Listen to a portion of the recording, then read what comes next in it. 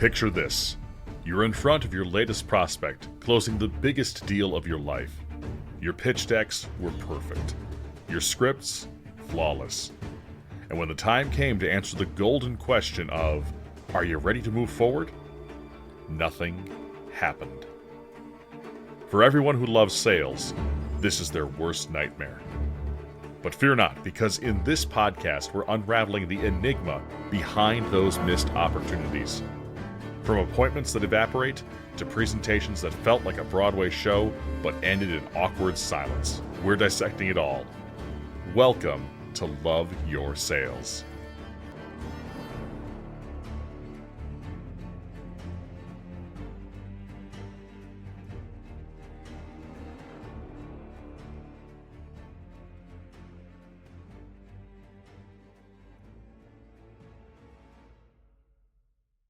This podcast is presented by GenHead. GenHead leverages AI so small and medium-sized businesses can find their ideal clients to make more sales. Other companies talk about AI, but we are using it every day to drive down marketing costs and increase revenue. Learn more at genhead.com. That's genhead.com. Welcome to another episode of Love Your Sales. I am so thrilled that today I am joined by Gretchen Mall. Gretchen is the CEO and founder of The Lucky Agency, a Tampa-based B2B lead generation powerhouse that helped clients book over 7,000 meetings and create, 100 plus million in pipeline. Yes. She's keeping score. I love that. With over 20 years of turning maybe later into let's talk now, Gretchen has mastered the art of connecting the right people at the right time through her innovative AI-powered prospecting magic. She believes you make your own luck in the business, and her track record of transforming companies' sales process proves she's got the formula down to a science. Gretchen, I am so excited to have this conversation because everybody knows that I love to talk sales. So tell us, anything that I did not cover.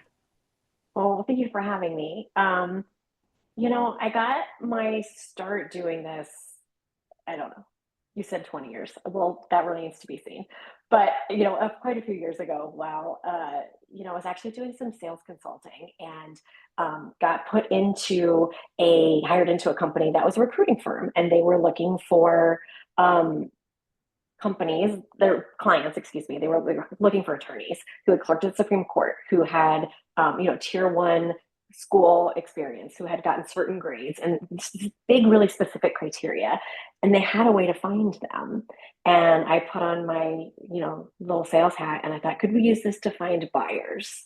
And have been working in marketing ever since. Very interesting. So you saw the tools that a company was using to find a very specific criteria in the hiring process. Mm-hmm. And you flipped that into how do we find clients?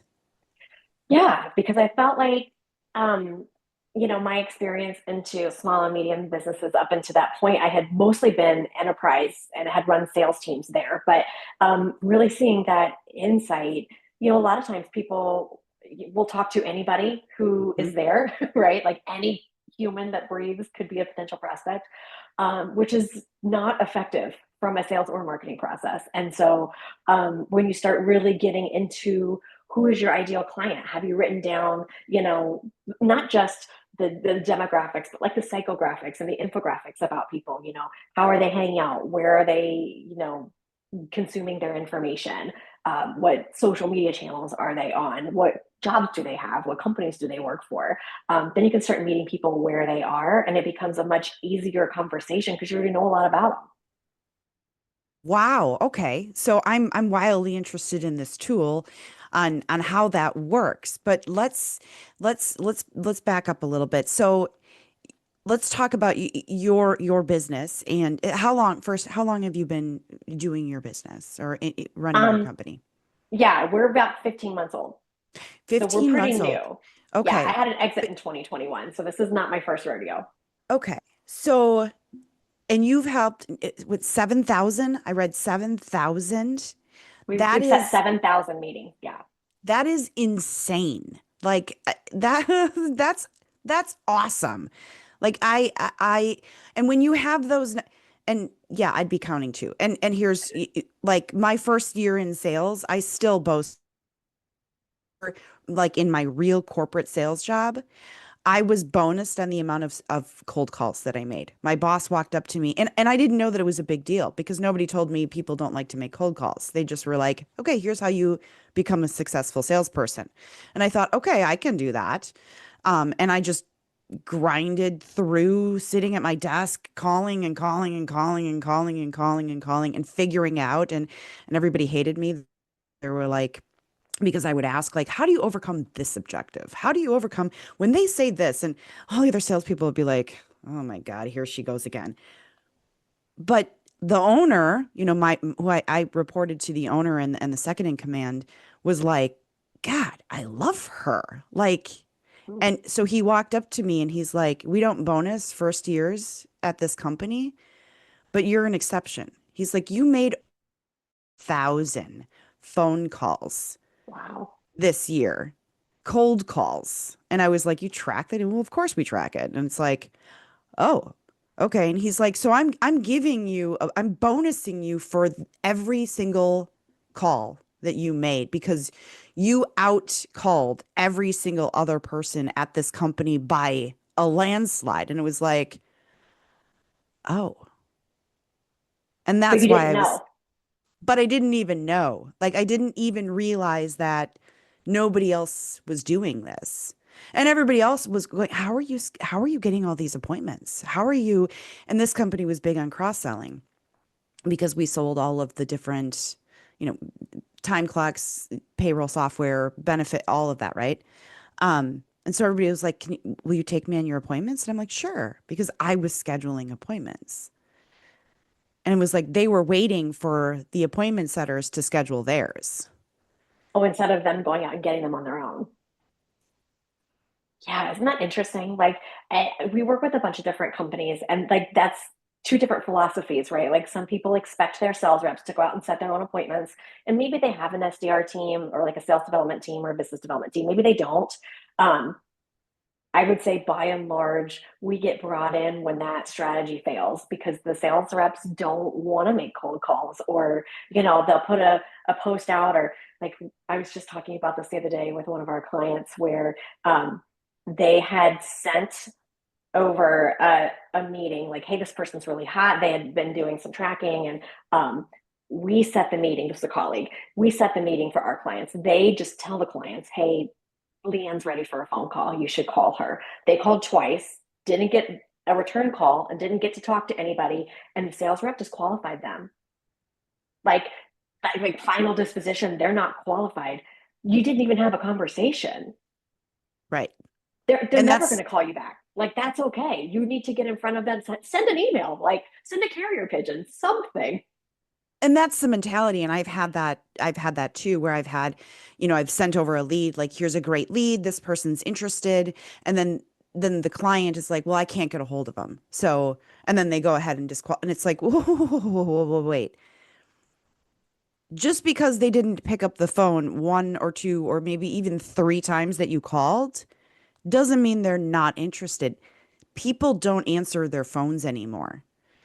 You Mhm. like the rarity that they do, you've got to be ready, not Mhm. to sell them, but you've got to be ready to have that conversation, to talk about them, and then to schedule the next step. Because if you don't schedule it, you ain't gonna It get doesn't it. happen. Absolutely. Well, there was a symposium that was at MIT last week or 2 weeks ago, and the number they released was 7.2. Like, you've got to call somebody 7.2 times before you can actually have a final disposition. We don't just do cold calling because I think that you have to like, some people you're going to get on email, some people are going to get on text messaging. Some, like, everybody kind of has a different channel, but 7 is the minimum. We've set a lot of meetings lately that are in the 30s. Right. Right. And Like, and that's my clients will come to me and they say, okay, when are you going to start having success? And they're like, is it going to be like week one, week two? And I'm like, week one and week two are going to be the first, or maybe second touch points of this. And I'm like, we're looking at average nowadays of 7 to 12 touch points.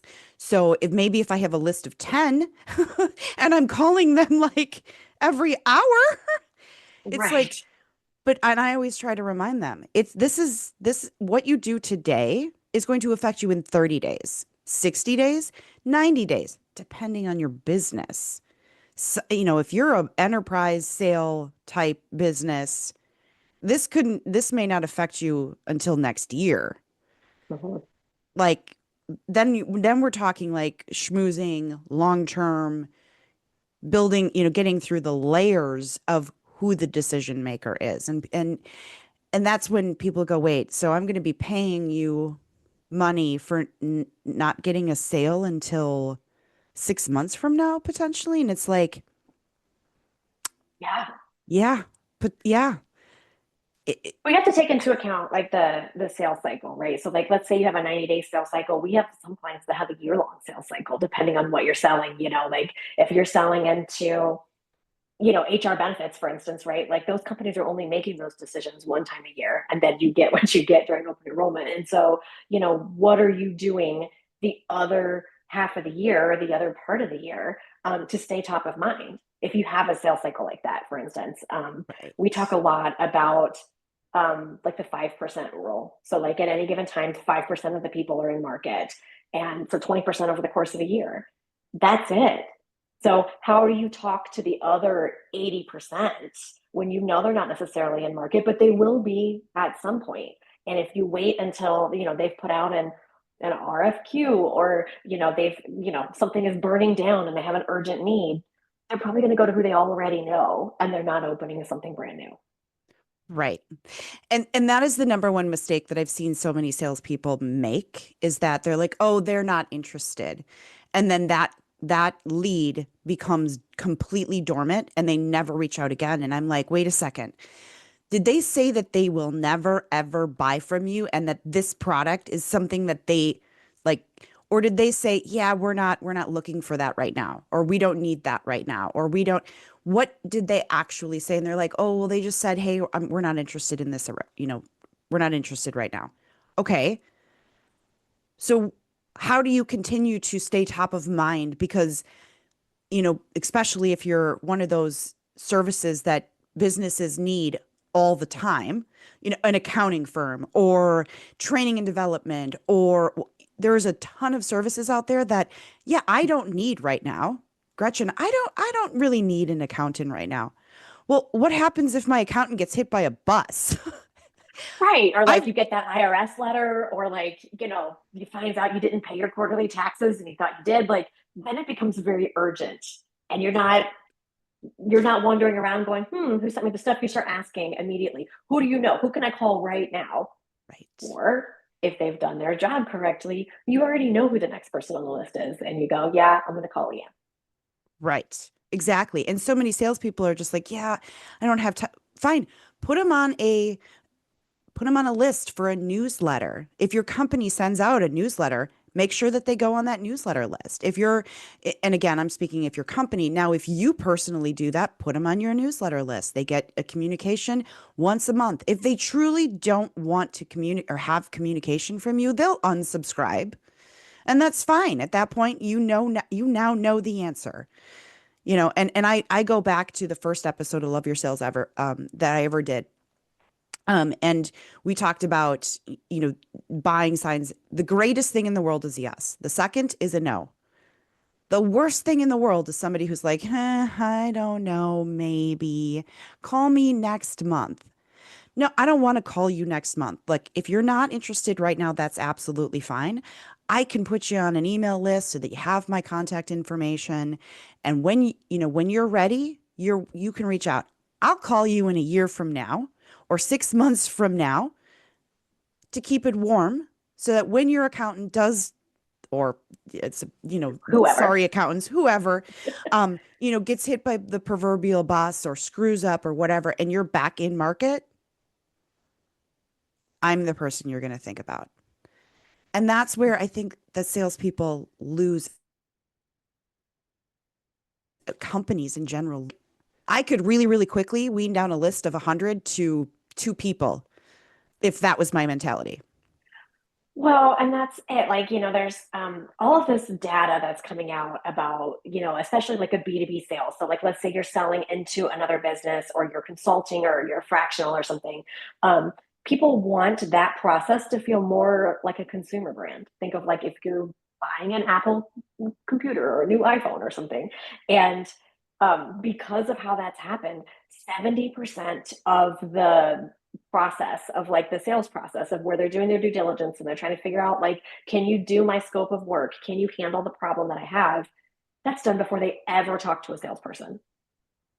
So like how do you keep that information going, and you're like, either consciously or subliminally getting in front of them, with a newsletter, with some good news. Like, good news goes really far. That's how we phrase all of it. But it doesn't always have to be really salesy. And in fact, I think there's like an argument to be made that when you're doing these kind of long-term nurture sequences, hey, we had a client that got in front of Amazon the other day. Wouldn't you love to do that? Hey, we, had a client that, gave us a hit list of their 10 dream clients. We got a meetings with 2 of them. Amazing, right? Like, there's no calls to action to any of that, but it is this kind of subtle, like, look at how we're, you know, being in the marketplace. Look at how we're interacting with our clients. And if something has happened to them, they're going to reach back out, however you got to them, and go, hey, what about me? Hmm. Right. And that long-term nurture shouldn't be a constant sale. It should be giving. It should be, to your point, is that if I'm constantly being in this drive, Gretchen, I know that you get these all the time when the people who sometimes they get creepy nowadays with these inboxes, messages of, oh, I feel like you're ghosting me. Did you not get this last email? And it's like, yeah, I've gotten all 30 of your emails of you trying to sell me something without even knowing if I need your product. It's like, Oh, stop yeah. emailing me. Oh, my favorite is like, your website's really terrible. I can help you with that. Or your graphics are really terrible. And they're just like insulting you right out of the gate. Right. Like, I Right. don't know if that works for anyone, but I'm always like, don't lead with a I'm terrible. It's like Right. saying, hi, you're fat. Would you like to lose some weight? Like, no, you don't say that to people, even if they are. Hmm. Exactly. No, no. And that's right. And the LinkedIn messages that I get, why are you ghosting me? I got one that said, I feel like I'm been stood up for the prom. I'm like, I've never messaged you. Well, I don't know. Did you stalk a girl and then think that you were going to go to prom with her and then she didn't show up? Because like, It's a very specific projection. right, right.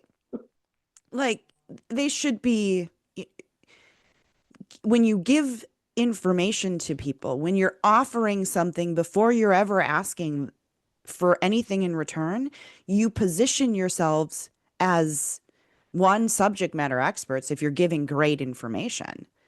And they're going to remember that you very well could suck them into actually opening your emails in the future and becoming a memorable, positive, memorable. And people nowadays think, well, if they remember me at all, that'll be great. No, not when they're looking to buy from you and you are not the Amazon or the Apple or the Nike of the world. Yeah. I mean, it just, there's a seat for everybody for sure. Especially in a cold marketplace, right? Like, I think that there's like 2 primary ways that people build business, right? Like a referral, word of mouth. You're going out, you're going to your local networking groups, you've joined some online ones or whatever, and you're kind of meeting people and they're passing you around like a virtual room, right? Meeting people. The other thing is like you go out and you have a really specific use case, right? Like you're some sort of a company selling something really specific. You know who your people are. You Mhm. know who needs this, SaaS tool, right? Like we've gone through. You figure out who those buyers are.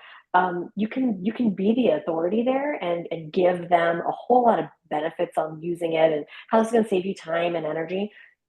At some point, they might be in market, but they may not if you don't take the time to get to know them, right? Like you have to build that like know and trust factor that I'm sure that everybody here is familiar with. But if you come off even a little creepy, they're probably gonna not go to the prom with you.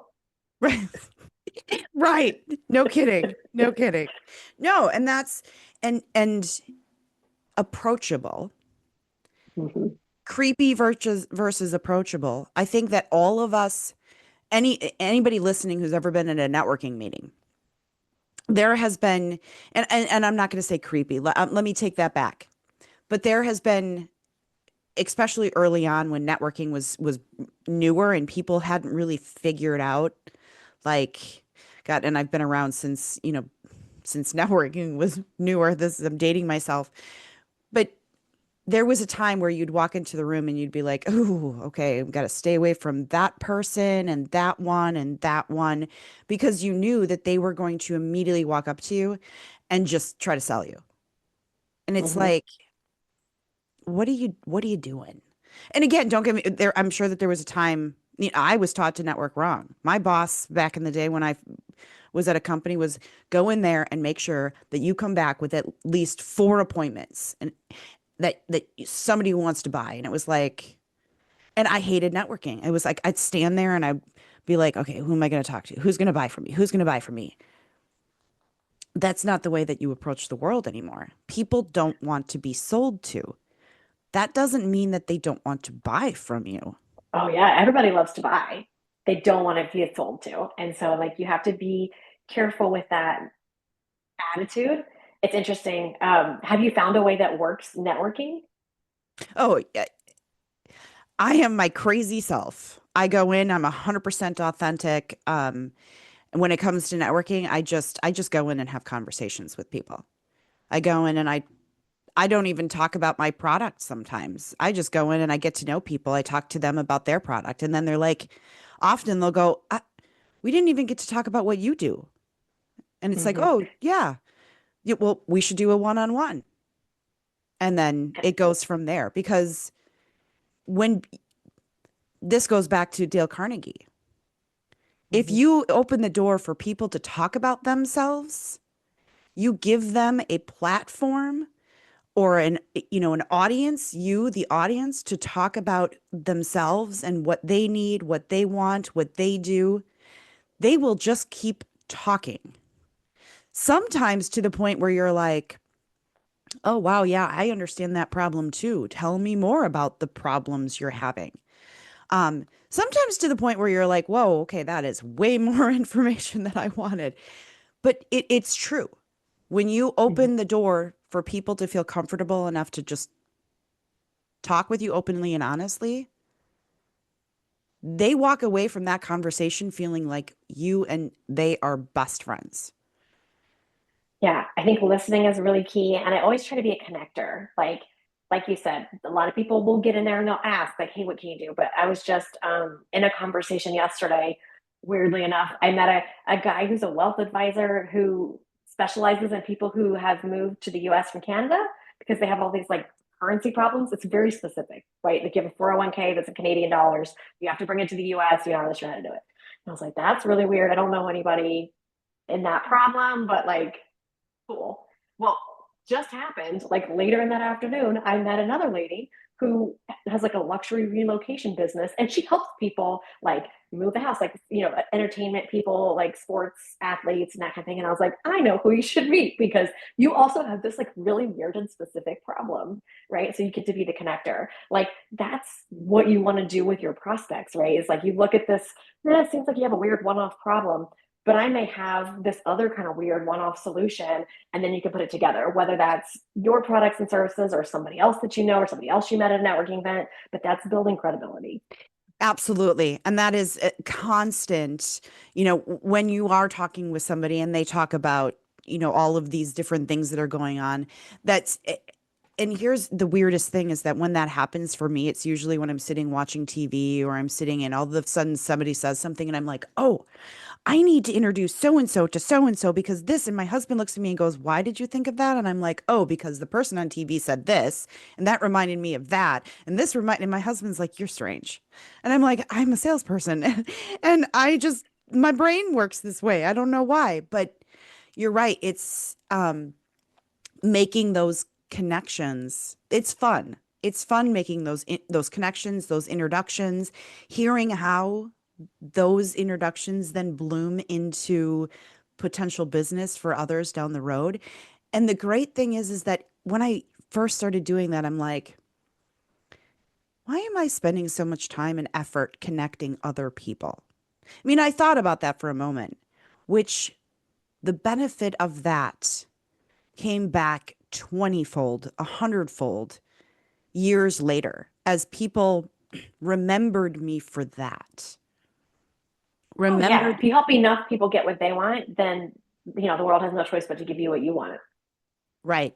And it's amazing how that all of the sudden comes back to you just for leading with your heart, being a servant, being a servant to others, giving to others. And don't get me wrong, people,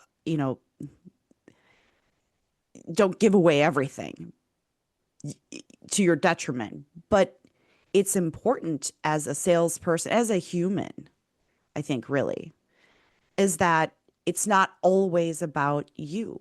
Is that if we as people, if we're thinking in the bigger picture, it does come back. Absolutely. Absolutely. I totally think that.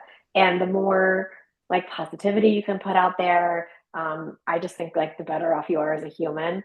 But as far as like what you're putting out there, I think it's important to kind of delineate when you're creating content, when you're in these networking groups, when you're having one-on-ones with people, like you can like tell the what. What are we doing? I'll tell you all of what we're going to do, but you sell the how. And so what we're going to do is we're going to build a cold list and we're going to, warm them up and get them all excited. We're going to put them in a get to know you awareness funnel. Then we're going to put them in a nurture funnel. And then we're going to book a meeting with them. How we're going to do all that? Well, you're going to have to get in the boat with me and we'll find out. Right. Interesting. And so is that kind of how your process when you engage a client, that's kind of how your process works with your clients? Yeah, I think initially we spend a fair amount of time really working through who your ideal client profile is. And that might sound like business 101, but I see so many people get it wrong or they get so specific, like we only want, the guys who are middle management who are in the middle of America who, have 2.2 kids and a dog named Rover. And like you just get so specific, you've priced yourself out. Or the opposite, where it's like any human that fogs a mirror that has money, I will take it. And Right. when you're doing either of those things, you're really talking to nobody. Right. So and I find the same.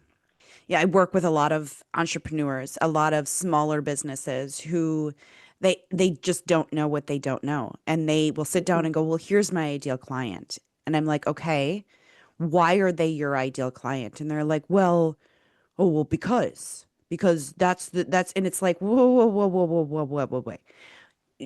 So explain how your product or is going to solve a problem for that person.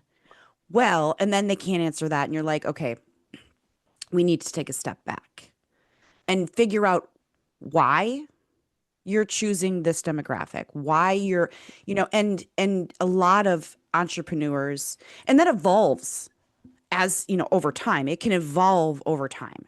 But a lot of entrepreneurs starting out don't know, they really just don't know who their ideal client is. Mhm. I've been in business, what, 2.5 years? And it took me a really long time to figure out who my ideal client, and still to this day, people ask me, who's your ideal client? And I'm like, well, it's easier for me to tell you the industries that I don't work with. Well, and I think like, people make these decisions, especially like early on in the business, like you make this business plan, right? And like, this is who we're going to go after, this is what we're going to sell it for, this is what we're going to do. And like, I don't know if you've ever made any plans, but like oftentimes they don't go exactly like you think it's going to happen. And so, we would encourage all of our clients, anybody, like all of you guys listening, like revisit your ideal client profile at least every 6 months. Like maybe your capabilities have changed, maybe how you deliver for clients has changed, either good or bad, right? Like you've moved upstream a little bit, you moved downstream a little bit. Like those things are not static, and that's good because like I think that you'll find as you get into the marketplace, you'll have that one, hopefully you'll have that experience where you sold something to somebody for what you thought was a lot of money, and they turned around and used it and made boatloads of money. And you go, maybe I should have charged a little more, right? Like I Right. remember really distinctly when I was first getting started, I sold a package for $1,000, and that person literally turned around and made $100,000 with it the next month. And I went, probably should have charged a little more. Right. And we all make those early mistakes. I remember sitting, at lunch with somebody and helping them out with, a problem they were having. And at the end of it, she goes, you should be charging for this. And I went, I do. I just happened to go out to lunch with you and ended up basically giving you away giving my services away. We've all done that, Right. and it's, um, we always want to help people. Like at least me, like I always want to be a helper. I feel like it's part of innate as maybe a woman or just maybe who I am. But at the same time, you really have to be mindful of what we're doing, and you deserve to be paid your worth, and what you have to offer, your experience, your point of view. It's all worth money. Right. Yeah. Well, hey, we are coming to time. This has been an awesome conversation. So what I want to do right now, Gretchen, is offer you your 30-second shameless pitch. Yeah, so here at the Lucky Agency, we really help you identify your ideal client. We believe in like knowing your whole list. And so who are the people that could, purchase from you? Let's get them all excited. We have a lot of technology that we've built as far as like monitoring that, having some intent data. Kind of there's a secret sauce that goes into it. And at the end, we book appointments on your calendar. And then we'll send you a survey. Like, did they show? Did they not show? How did you rate the meeting? And we use that to evaluate your ideal client profile and get the data better. And it's a true revenue engine. We are CRM agnostic, so it doesn't matter where you are, where you're starting. We'll get you in front of people that you want to be in front of. Amazing. Again, thank you so much for joining me today. Yeah, thanks for having me. This podcast is presented by Accelerate Growth 45, your one-stop shop for business growth. Stop running your business like an operator, delaying wealth creation, and sacrificing your time. Instead, focus on building a valuable business asset, creating lasting wealth, and reclaiming the time you deserve. Accelerate your growth today and visit us at accelerategrowth45.com. Thanks for joining us for Love Your Sales. For more, connect with Leighann on LinkedIn and be sure to subscribe to the show and leave us a rating and review. We'd love to hear what you think. Looking for a way to take your sales process to the next level? Visit us at loveyoursales.com to find out more about how Leighann can take your organization to new revenue heights.